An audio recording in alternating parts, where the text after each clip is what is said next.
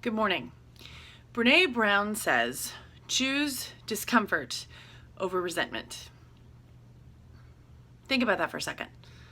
Choose discomfort over resentment.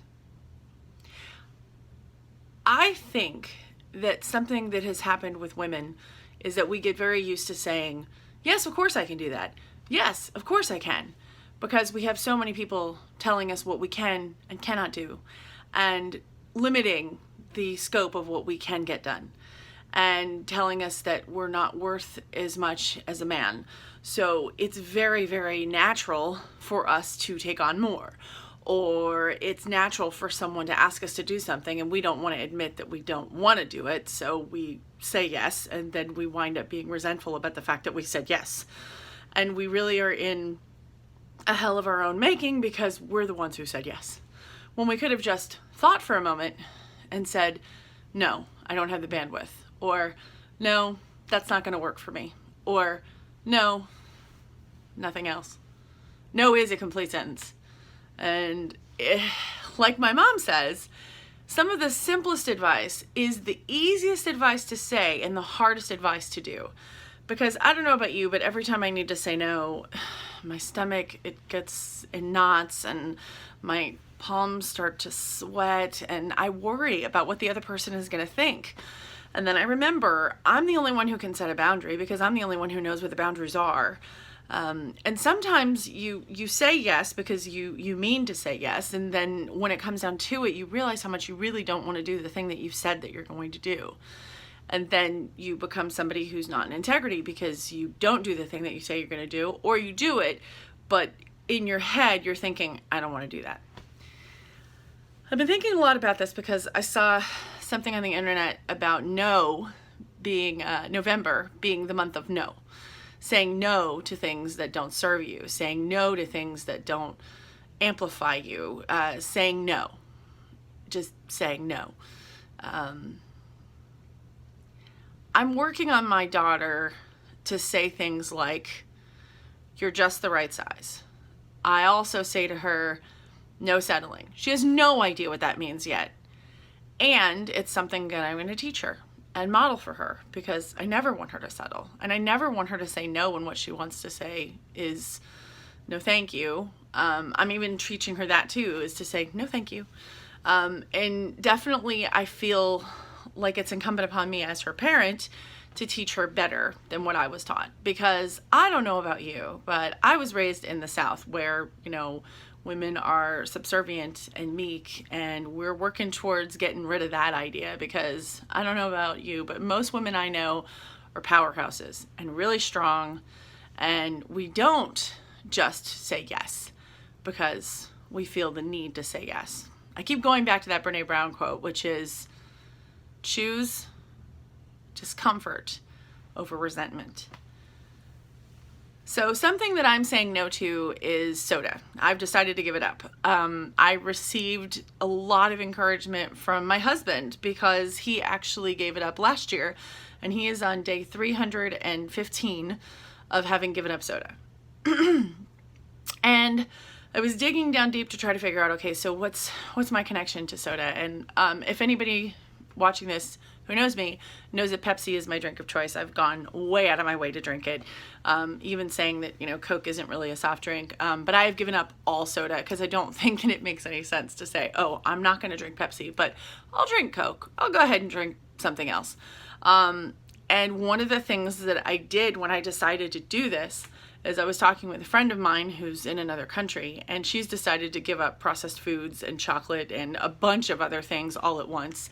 And for me, I thought it was really important to think about what it is that you're giving up, but also to reframe what it is that you're gaining. So something that I decided to do at the same time that I decided to give up soda is I've decided to up my water intake. I've decided to work on my French every single day. And what I find myself doing is focusing more on the things that I'm adding in than the things that I'm taking away. I haven't felt a strong withdrawal yet, but for example, I had a 15-pack of Pepsi in my house 2 weeks ago, and I drank it all before last week.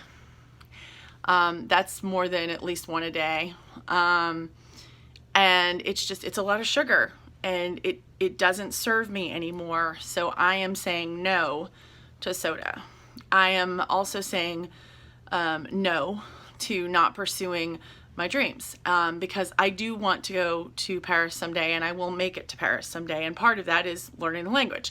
Now, I'm sure that many people who hear me speak French will say, oh, you're American, go ahead and speak English, but I want to at least make the attempt. And in thinking about the people and the professors over the years who have really encouraged me, Monsieur Marc Prévost, who was my French professor, he died about 2 years ago. And every time I complete an exercise, or I think about something French that I'm working on, or I look at my book that has French words in it, and I bought a book in New York that was at this bookstore with nothing but French books, and it was an amazing bookstore, like full of nooks and crannies and just everything that you want in a bookstore. And I remember finding this book and going, okay, this is something I'm definitely going to read. I am embarrassed to say it has taken me almost 10 years to actually crack open that book and start reading, but I have, and it's really helpful.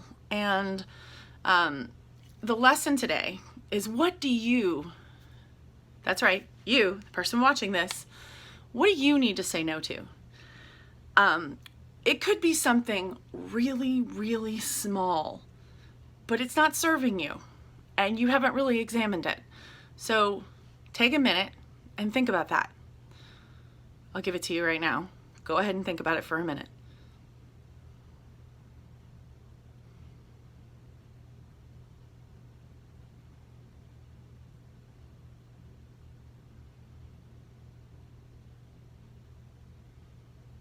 Where do you need to embrace discomfort over resentment? What do you need to say no to?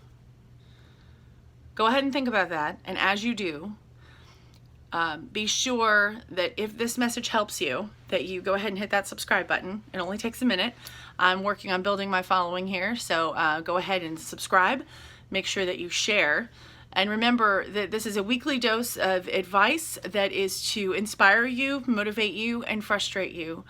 And I really, really want you to think about it. And then do me a favor, go ahead and make a comment and just write something that you need to let go of. And you can be as benign or as vague as you like, or you can be as specific as you like. I think that there is a lot of help and support in community. So it's a great way to say, this is something I need to give up. This is something I need to stop saying. It could be something like, I used to say all the time that, I wish I could lose some weight. And I've come across Sonia Renee Taylor, who I highly recommend you check out. If you have not, please do. She is amazing. There's a website called The Body Is Not an Apology. I'll link it below in the comments, talking about how we are exactly enough, exactly as we are. And it expands on a concept I've been really getting next to since 2017, when I was in a show called My Big Fat Pahookie, and it was all about loving your body exactly as it is, which does not preclude you from wanting to change or improve or do something to change your current circumstance. You still love your body right now, just as it is, just as it is. You are enough. But something I needed to stop saying was, gosh, I really need to lose some weight, because I've got a 4-year-old who's listening to that. And that's when I came up with the idea of saying, you are just the right size. You're just the right size. You are just the right size. You, right now, watching this, you are just the right size. And you can still want to lose weight even while you are just the right size. So thinking about things like that, and thinking about the fact that it is November, and we are thankfully heading towards the end of this dumpster fire, this horrible year. What can you say no to? What can you push out of your life to make room for something that is serving you, something that is supporting you? Who can you say no to that deserves a no and not a yes? Ladies and gentlemen, that is my message for the week. And this is The Professor Helps. And I'm the Professor, signing off.